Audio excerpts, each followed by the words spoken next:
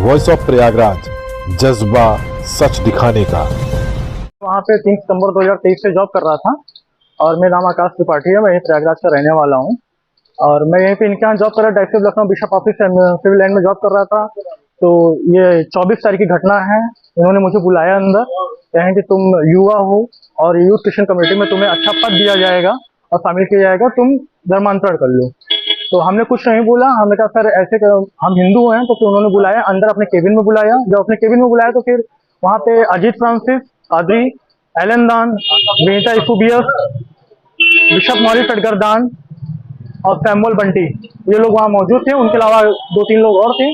तो अजीत फ्रांसिस ने अपने बैग से जल निकाला और जल निकालने के बाद हमें एक शीशी में थोड़ा सा जल पिलाया। वो जल हमारे ऊपर छिड़क दिया।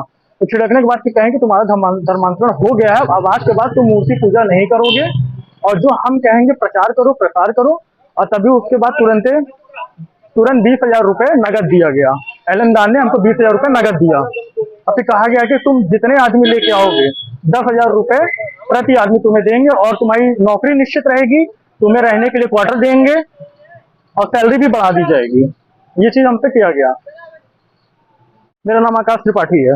ये पक्ष तो बड़ा साफ है। आकाश त्रिपाठी जिसकी हम लोग बात कर रहे हैं, वो बॉयज हाई स्कूल से चोरी के इल्जाम में निकाला गया था। उस समय बिशप नहीं था। ये मुझसे मिला, इसने बताया कि मुझे हटा दिया गया है, मेरी मदद कीजिए, सारी चेक्स हमारे पास हैं। रहम करके जब हम बिशप बने तो हमने उसे ले लिया, स्कूल में लगाया। कहने लगा नहीं मैं आपके साथ काम करूंगा। तो मैंने उसे अपने ऑफिस में बैठा लिया। तकरीबन 10-11 महीने तक इसने काम किया और बहुत अच्छी तरह से काम कर रहा था। बाद में हमें ये पता चला कि पैसे लेकर ये एडमिशन करा रहा, दबाव बना रहा लोगों के ऊपर।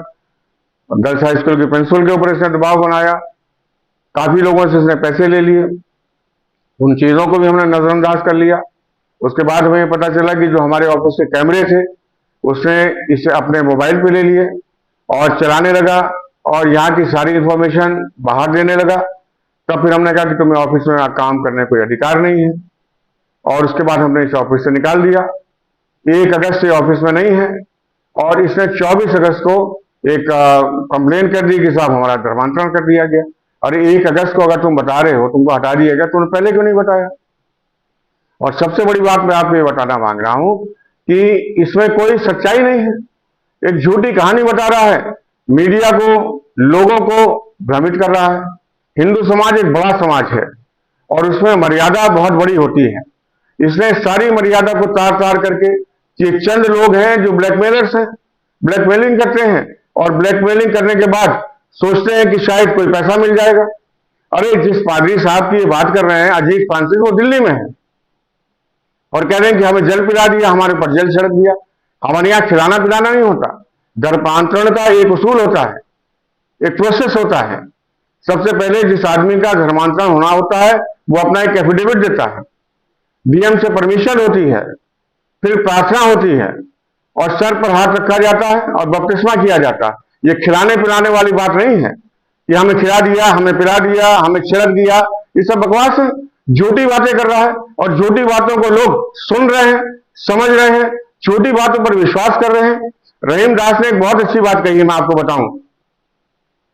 उन्होंने लिखा है बिगड़ी बात बने नहीं, लाख करो किन कोई, और रहीमन फाटे दूध का मथे न माखन हुए। ये 3-4 लोग ब्लैकमेलर मिलके एक झूठी बात को, फटे हुए दूध को मक्खन बनाने की कोशिश कर रहे हैं। कभी ना हो पाएगा। आप झूठ को कितनी जोर से बोलो, हजारों की भीड़ में बोलो, झूठ झूठ रहता है और सच सच रहता है। हकीकत यह है कि झूठ बोला है, इसको नौकरी से निकाला गया है, चोरी के इल्जाम में बॉयज हाई स्कूल से निकला और यहां पर भी भ्रष्टाचार के आरोप में हमने इसको निकाल दिया है और अब ये चारों तरफ झूठी बातें बता रहा है। किस बात का धर्मांतरण? सारी चेक मेरे पास है। कहता है आप तो मेरे पिता समान है, आपने मेरे घर में चूल्हा जला दिया, आपने तमाम परेशानियों से मुझे बचाया, सारी चेक मेरे पास है।